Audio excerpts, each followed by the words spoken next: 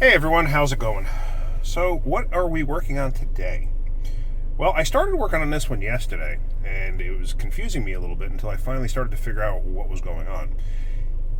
What is it? It's a 2012 Hyundai Sonata, and I believe it's a 2-liter turbo. This one actually runs extremely well. Like, it runs good, like almost like it's got a tune to it. It runs good. It's got 116,000 miles on it. So the customer dropped it off, and they said, I think I have a transmission problem. Again, we're a transmission shop also, so we get a lot of situations of people thinking they have transmission problems. Well, guess what? Once again, it's not a transmission problem.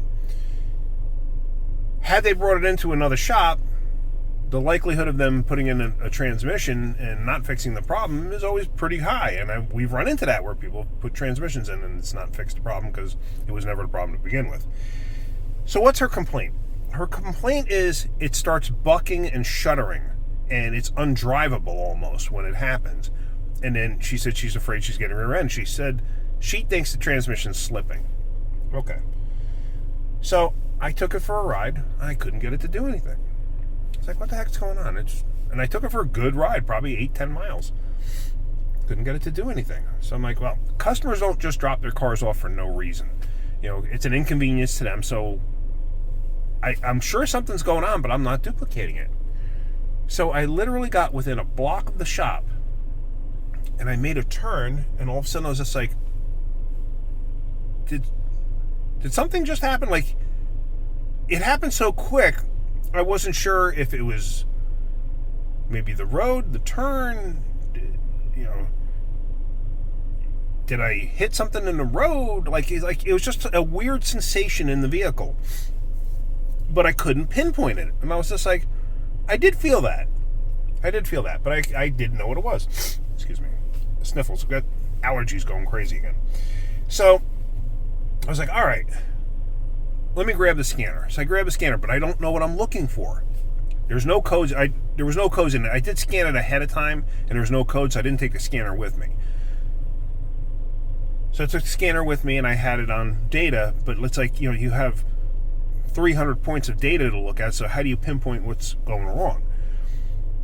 So I started driving it, and all of a sudden it happened again. And what happened was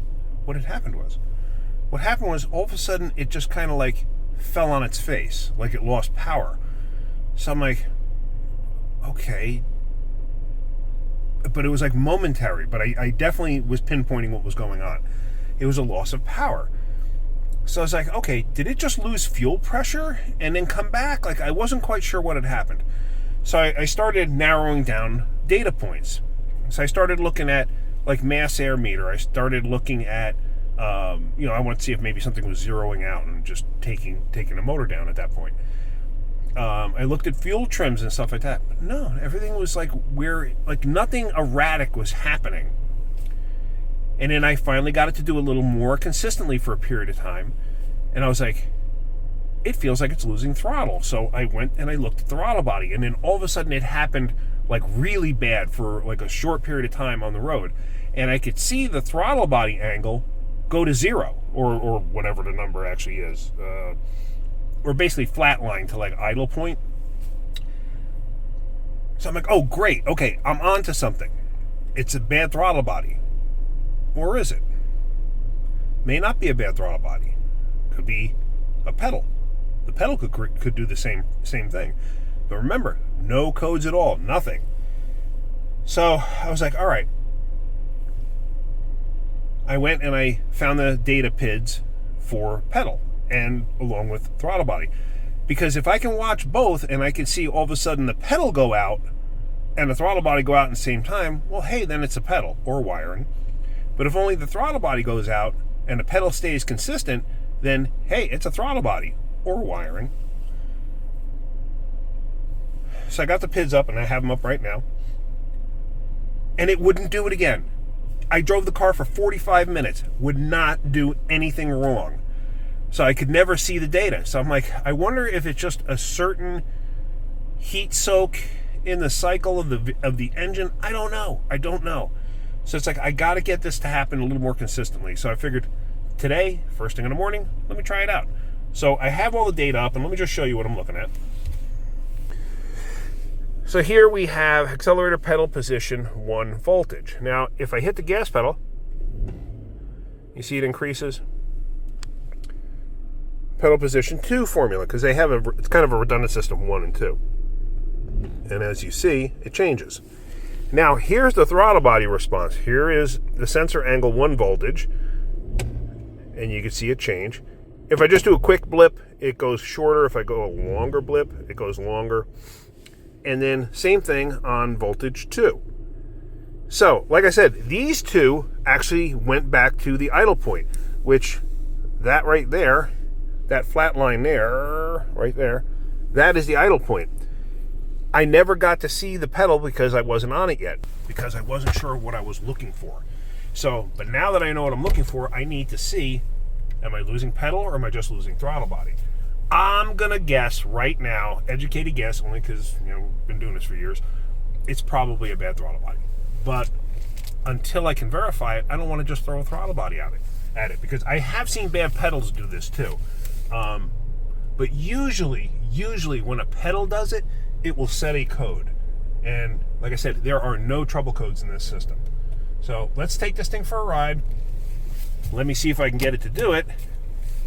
And once I get down the road, I'm going to start recording, because I know it's not going to happen right away.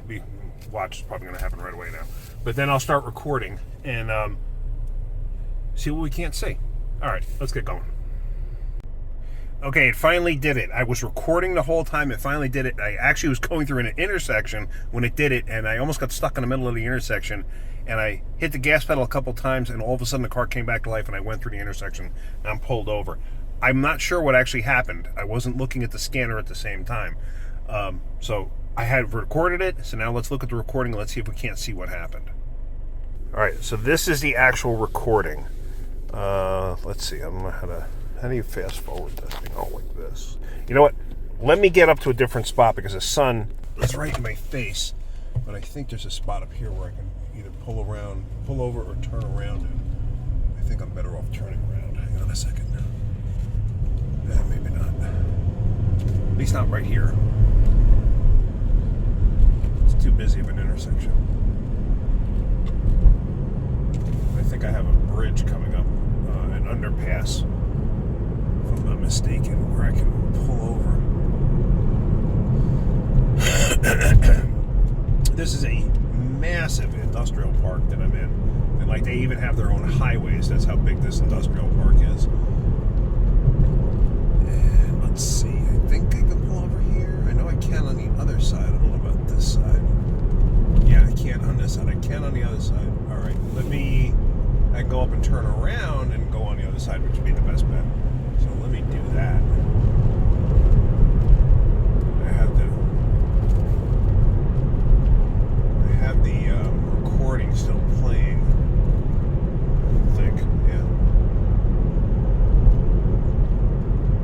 So there is a turnaround spot here somewhere. All right, I'm just gonna put you on hold for a minute.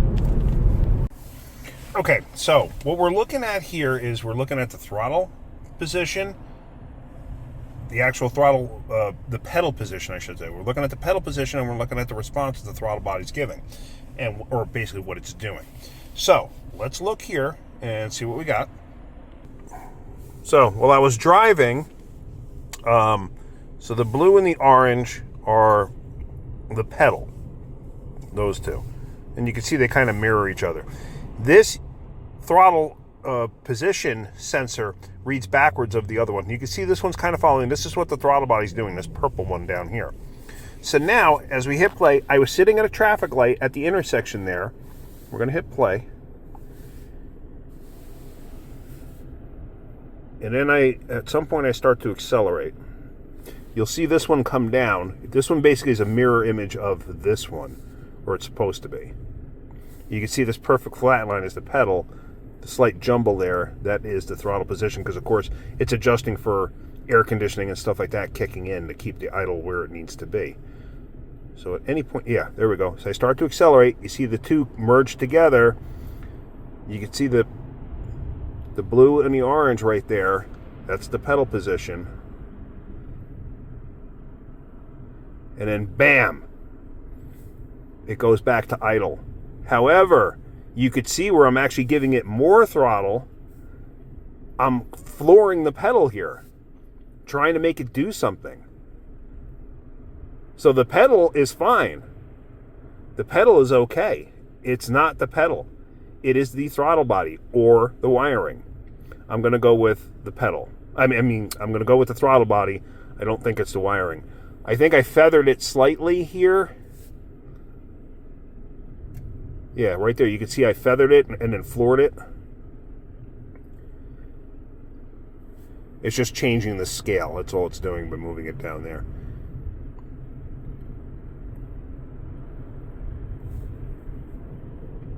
You can see my position on the pedal is getting higher and higher, greater, greater. Basically, I'm putting it to the floor.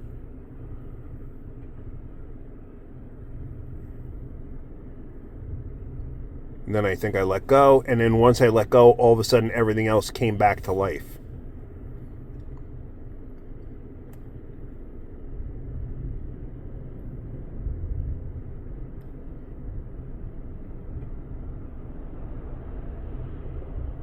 So basically like an old carburetor car, I was pumping the pedal right there. That's why it looks all whacked out.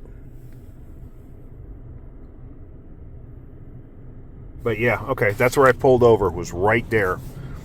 So now I'm back at idle. So, yes, great find. I am happy about that. So I know for a fact now it's throttle body or wiring. I'm going to say it's probably the throttle body. I doubt very highly it's the wiring. And it seems to be temperature related because it may not do it again.